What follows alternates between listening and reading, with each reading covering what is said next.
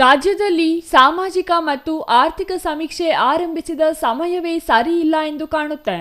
ದಿನ ಒಂದಲ್ಲ ಒಂದು ರೀತಿಯ ಸಮಸ್ಯೆ ಎದುರಾಗುತ್ತಲೇ ಇದ್ದು ಗಣತಿದಾರರು ನಿರಂತರ ಸಮಸ್ಯೆ ಎದುರಿಸುವಂತಾಗಿದೆ. ಆರಂಭದಲ್ಲಿ ಗೊಂದಲಗಳಿವೆ ಎಂದು ಆರೋಪಿಸಿ ಶಿಕ್ಷಕರು ಪ್ರತಿಭಟನೆ ನಡೆಸಿದರು. ಆದರೆ ಮುಖ್ಯಮಂತ್ರಿಗಳ ಖಡಕ್ ಎಚ್ಚರಿಕೆ ಮತ್ತು ಗಣತಿದಾರರ ಸಂವಾದನೆ ಬಿಡುಗಡೆ ಮಾಡಿದ ನಂತರ ಶಿಕ್ಷಕರಿಂದ ವಿರೋಧ ಇಲ್ಲವಾಗಿದೆಯಾದರೂ ಸಮಸ್ಯೆಗಳು ಮಾತ್ರ ಮುಂದುವರೆದಿದೆ. ಜಿಲ್ಲಾ ಕೇಂದ್ರ ಚಿಕ್ಕಬಳ್ಳಾಪುರದಲ್ಲಿ ಗಣತಿಗೆ ಹೋಗಿದ್ದ ಶಿಕ್ಷಕರೊಬ್ಬರ ಮೇಲೆ ಸಾಕುನಾಯಿ ದಾಳಿ ಮಾಡಿ ಕಚ್ಚಿ ಗಾಯಗೊಳಿಸಿದ ಘಟನೆ ಹಸಿರಾಗಿರುವಾಗಲೇ ಇದೀಗ ಚಿಂತಾಮಣಿ ತಾಲೂಕಿನಲ್ಲಿ ದುರಂತವೊಂದು ಸಂಭವಿಸಿದೆ. ಗಣತಿ ಕಾರ್ಯದಲ್ಲಿ ತೊಡಗಿದ್ದ ಶಿಕ್ಷಕರೊಬ್ಬರು ಹೃದಯಾಘಾತಕ್ಕೆ ಒಳಗಾಗಿ ಆಸ್ಪತ್ರೆಯಲ್ಲಿ ಚಿಕಿತ್ಸೆ ಫಲಕಾರಿಯಾಗದೆ ಮೃತಪಟ್ಟಿದ್ದು, ಇದು ಗಣತಿದಾರರಲ್ಲಿ ಮತ್ತಷ್ಟು ಆತಂಕ ಹೆಚ್ಚಿಸಲು ಕಾರಣವಾಗಿದೆ. ಆದರೂ ಗಣತಿದಾರರು ಆತಂಕ ಪಡದೆ ಸಮೀಕ್ಷೆ ಮುಂದುವರಿಸುವಂತೆ ಶಿಕ್ಷಕರ ಸಂಘ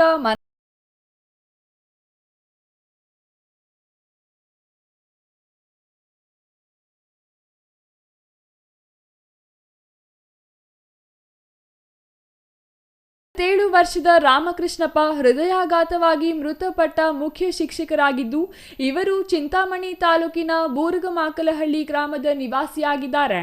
ಚಿಂತಾಮಣಿ ನಗರದಲ್ಲಿ ಜಾತಿ ಗಣತಿ ಮಾಡುವಾಗ ಹೃದಯಾಘಾತವಾಗಿದ್ದು ಮುರುಗಮಲ್ಲ ಗ್ರಾಮದ ಪ್ರಾಥಮಿಕ ಆಸ್ಪತ್ರೆಗೆ ಶಿಕ್ಷಕರನ್ನು ರವಾನಿಸಲಾಗಿದೆ.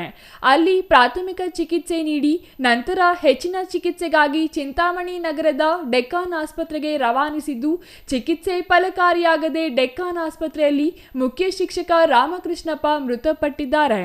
ಮೃತ ರಾಮಕೃಷ್ಣಪ್ಪ ಅವರ ಅಂತ್ಯಕ್ರಿಯೆ ಚಿಂತಾಮಣಿ ಬರ್ನಿಂಗ್ ಹೌಸ್ನಲ್ಲಿ ನಡೆಸಲಾಗಿದ್ದು, ಸ್ಥಳಕ್ಕೆ ಸಹ ಶಿಕ್ಷಕರು ಭೇಟಿ ನೀಡಿ ಅಂತಿಮ ನಮನ ಸಲ್ಲಿಸಿದ್ದಾರೆ.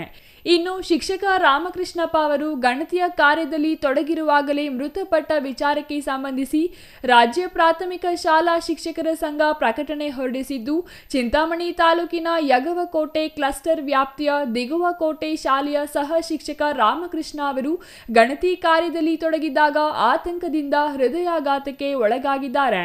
ಚಿಂತಾಮಣಿ ತಾಲೂಕಿನಲ್ಲಿ ಗಣತಿ ಕಾರ್ಯದಲ್ಲಿ ತೊಡಗಿರುವ ಶಿಕ್ಷಕರು ಆತಂಕ ಭಯ ಪಡದೆ ಸಾವಧಾನವಾಗಿ ಗಣತಿ ಕಾರ್ಯದಲ್ಲಿ ತೊಡಗುವಂತೆ ಮನವಿ ಮಾಡಿದ್ದಾರೆ.